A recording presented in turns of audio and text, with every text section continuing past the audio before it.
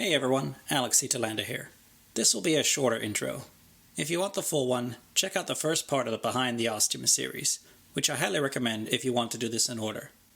And if you enjoyed the first episode and would like access to the whole series, you can do that on the Ostium Network Patreon at patreon.com/ostiumpodcast. At the $5 tier, you can get access to the 40-plus episodes of the Behind the Ostium series, plus ad-free episodes of the Ostium Network shows, and a whole bunch of bonus material. So let's get started with the next episode of Behind the Ostium, where I sit down with Dwayne Farver of the Manifestations podcast and a big fan of the show, and we talk about the ins and outs of our favorite show, the Ostium podcast. The fourth episode, which is what I wanted to change things up a lot, because we kind of established it looked like we were going to historical places. And as a big history fan, that's what I thought we were going with. And as I got to that, I knew I wanted to do something different, flip it on its head sort of thing. So that's when I set it to be, let's go to the future. Let's go to Mars, because Mars is always cool. Jake loves Mars. Again, it's something I've always read a lot about and been really interested in, a lot of sci-fi books and things like that. And just to play around with that. You know, I just wanted to, I don't think I've never written a story on Mars before, so I had a reason to in this case. One thing that we do find, as the episode starts out, Jake discovers that the email time and date discrepancy, the time that passes in Ostium is not what passes in the real world. Right. And that he's been fired, of course. He doesn't seem to be as phased as you would expect. Right. Well, I mean, one, he's got the distance on it now. And I think that is also showing in that with Ostium being on a different timeline from the regular world, part of it is that that's just how it is with Ostium because it is not connected to the world. It's its own special thing on its own plane. But also it's the Jake getting further and further away from his old life and supposed normal world and getting more sucked into this new one, which he's now at this point pretty much embracing and is willing to go wholeheartedly into it. We also find out our first news of world events with the nuclear power plant disaster in Europe. Mm-hmm. It didn't, even with when I listened to it again, the first time definitely, even when I listened to it again, it didn't strike me as being important. I thought it was just fleshing out what's going on in the story, not that it was going to play a pretty big role later on. Right.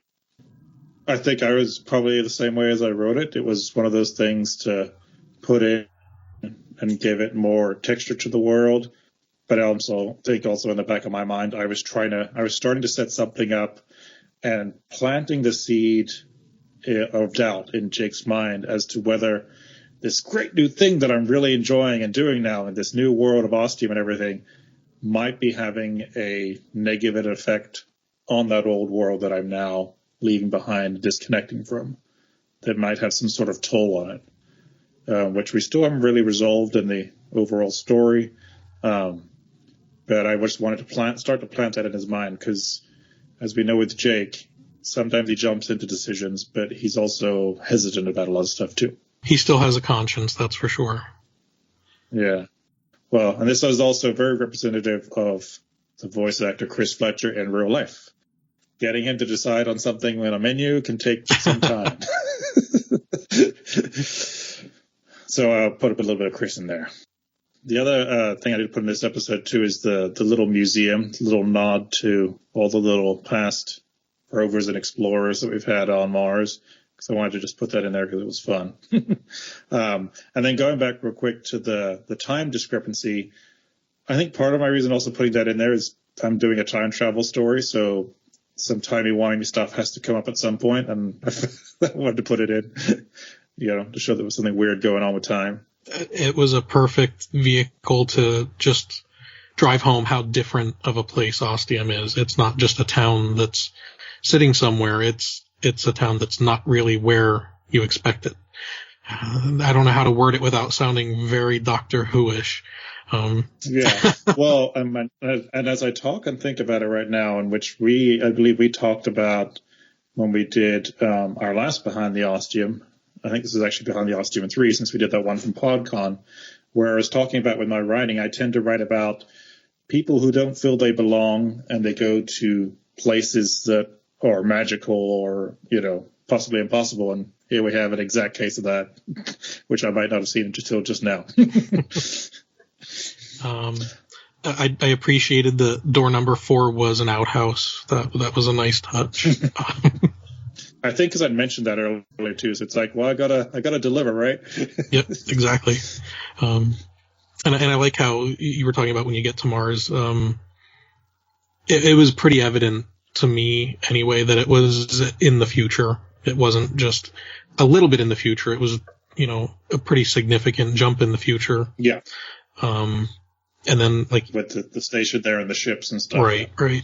And I looking for the note, I don't see it, but it was the ship that was on the pad was a 60s style, very hard sci-fi type of a rocket. Not what you would expect, because it's probably not the shape we will actually use, but I appreciated it. No. I appreciated the comment. But again, that makes me play devil's advocate and say, is that because I just thought that was cool, or is it because this is not a real Mars? This is an ostiumized version of Mars where things are a little different. Maybe that's Jake's ideal of a Martian rocket, and maybe, with his connection to Ostium, that's where it's coming from. Or everywhere they go, nobody knows. Everywhere they go seems to be influenced by Jake, so that's believable. Yeah, it's definitely a big thorn in his side. It's weighing him down. I will talk a little bit. So we do get a snapshot of Monica right at the end and I had actually wrestled. I remember I didn't actually write early drafts, but wrestling in my head of ideas of how I wanted to introduce her. And I can remember an early memory of one version of this was when they got to Mars, there was going to be a ton of people there. And he was going to see Monica in the crowd, and she was going to see him, and then somehow they were going to know that they were time travelers. But I think, again, it was too much of a change from the story I was sticking with. And then as I wrote Jake going through the door and getting there, his character just told me what the story actually was and not what I was kind of half thinking. Also with this, again, you have the blackness coming to kind of just, and this time you definitely see it destroying the world, eating it up. There's a couple things for this. One, it's another Stephen King reference. Two, it was actually the first story of Stephen King's I ever read called The Langoliers. It was in his 4 Past Midnight collection. And I can just remember it making such a huge impression on me when I was a kid reading it, and the idea of these Langoliers and the way it's eating up. And again, it's to do with a little bit of time travel and stuff like that. So part of the blackness is a reference to that in a kind of nod. I want to use your cool idea here. The other part of it is I wanted to introduce a countdown timer, if you will, for them visiting these places. Because otherwise there would not necessarily be any reason for them ever to leave, They could stay there as long as they want, search around further, see what else there is, off the island of Roanoke, if there's something else over there or whatever. So I wanted to create what they could spend in these other worlds. And there's also the idea that they don't belong there, that they're there on borrowed time and something doesn't want them there. And that's all I'm going to say about that. Okay. More will be revealed later. Yeah.